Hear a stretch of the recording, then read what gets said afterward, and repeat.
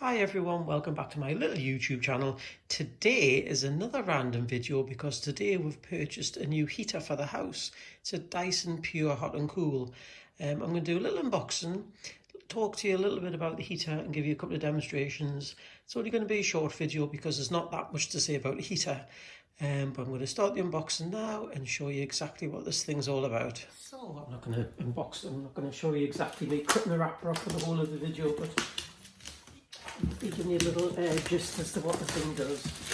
So, I thought this was a new model, but now I'm not so sure. We did actually have one of these before, the blue and silver version of it. But this is a newer one, which also has a little filter in it. The other one that we've got, we're actually kind of giving it away, so we needed to get a new one. So I picked it up. The reason why I got it today was I picked it up from Argos. Everywhere was off. Out of stock of them, including Argos and the Dyson website, but it seems to be that today they've got them all back in stock. We could have got one last week, but they were quite a lot more money for exactly the same thing, and I didn't want to get ripped off with it, so excuse the noise when I'm opening boxes and things. You probably can't hear everything. I must remember not to talk while I'm doing that. So it comes with a remote. It is very much like the one we had before, but it has a filter. So it comes with a remote control. Very fancy. I'll show you the close-ups. I believe it's all fully assembled. God, look how big the instruction book is. Flipping heck, it's in a few different languages. There are a few versions of these. I think this is the least expensive one. There's a formaldehyde version which has another filter in which gets rid of formaldehyde. I don't know if you can see me on the camera or not. That gets rid of formaldehyde, which this one isn't.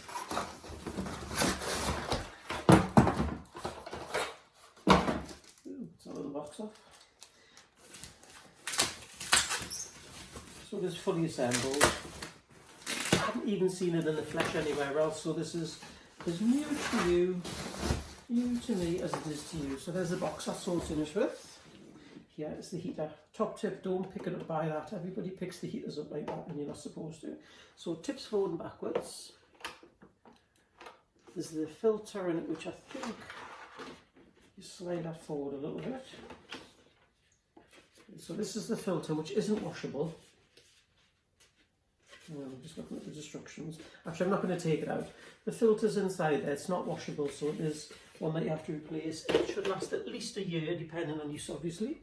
So this is what the old heater used to look like. And all this new bottom bit is the filter bit. So let's pop this back on. Typical fashion, I haven't looked at any instructions or anything. I don't know why the instruction book's so big. I don't know why it's just not an online instruction book. Pretty handsome though, isn't it? Just going to check that you lined up on the camera because you're probably not. Oh, you are. Not too bad. So here's the remote control. So it's got hot. I'll actually start at the top. So probably makes more sense. On-off button. That's the cold button for the fan.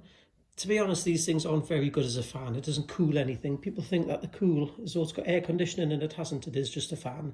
Here's the heat button. So hotter, colder.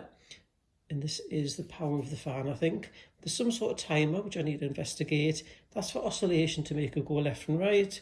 And this is for the different focuses of the air coming out of it. So that's more like a wide beam of air. That's more like a pointy beam of air. That'll probably blow your wig off. So it's quite a nice little remote control. I think you have to take a tab out. See, I should really look at the instructions. Does it light up when you do that? Because sometimes you see that on camera if you press the button. So what I'm going to plug it in now and give you a little demonstration. Forgot to tell you the remote control pops on the top. It's magnetic. Goes on there so you never lose it. It's quite a good touch because it is the kind of thing that you could lose easily. I'll lower the camera a little bit so you can see more of the action. So I'll just move that back there. Excuse all the power cables. I've got that many things plugged in. So I'm going to see whether I need to do anything with the remote control. I should look at the instruction book, but what the heck. So you press that power button. Oh, works straight away.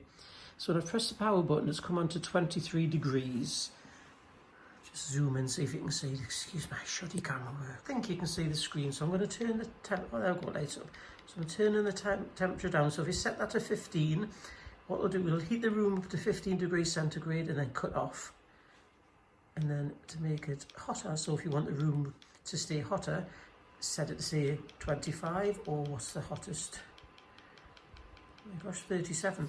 So because I've set that to 37, it will heat the room, and focus again sometime, it'll heat the room to 37, then cut off. It's also got a thing, so if it gets tipped up, it goes off as well. It's turned off because it was tipped up. There's a sensor in the bottom. So back to where we were.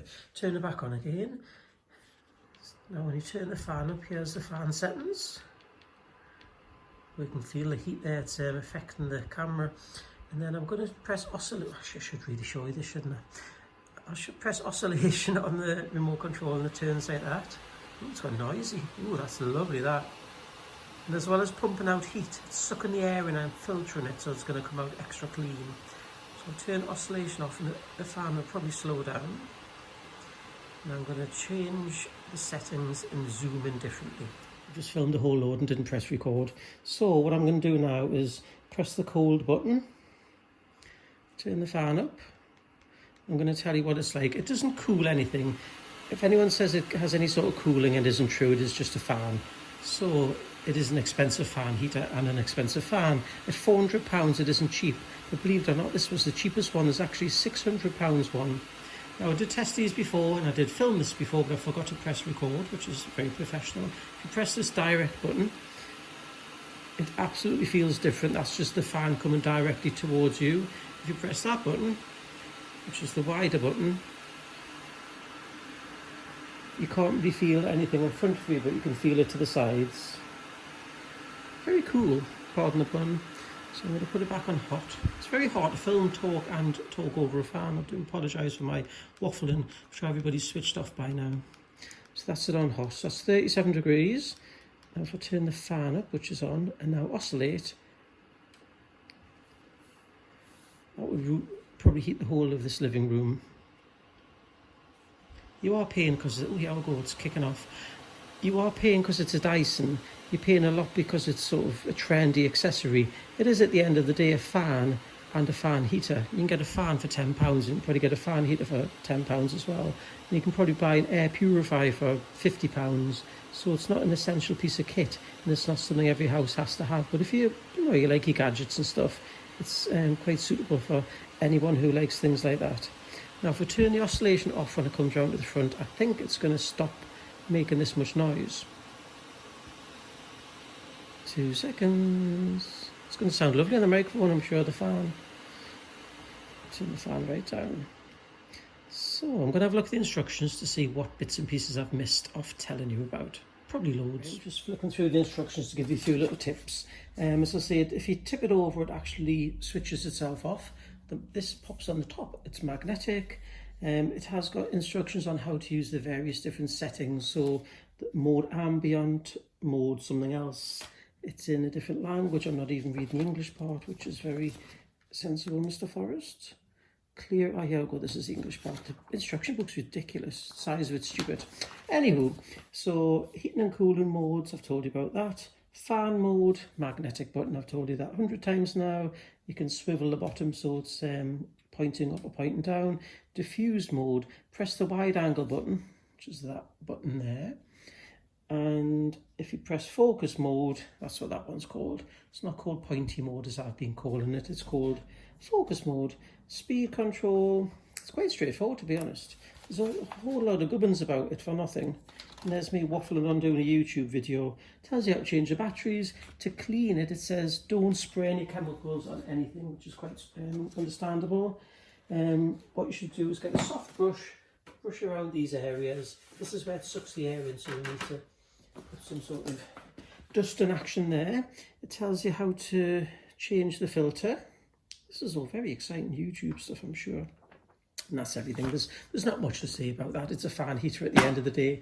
Now, would I recommend this? I'm going to lie on the floor. Oh dear me, I've turned it off because the fan will be blowing on the microphone. Would I recommend this? I would recommend it. Do you need it in your life? Absolutely not.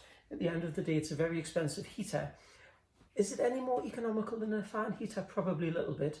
It's probably more economical than heating the whole house with a central heating. So if you're only going to be in one room, for example, it might be a good idea. You could get away with just using a £10 fan heater. I do believe that this is safer, especially with the auto cut-off, which I know fan heaters do have. But I just have a feeling that with Dyson as well, it's going to last a long time. The other one we've got I think I've probably had about 8 years. It has been recalled by Dyson. It's the blue one. It hasn't got this pop, but it's this but blue. It was recalled by Dyson once, and I had to check them all over. It came back with a clean bill of health. So that's about at least 8 years old, and it's still going strong, but that's the one we've kind of given away to somebody. So I would recommend it. You don't need it. If you've got the money to spend £400 on a fan heater, I would say go for it if you want one of these things, or say if you've got a house and your heating doesn't work or something like that. So that's the quick review on the Dyson. I'm reading the box. The Dyson Pure, the Pure is because of the filter, the Dyson Pure Hot and Cool. Thanks for watching. See you in the next video.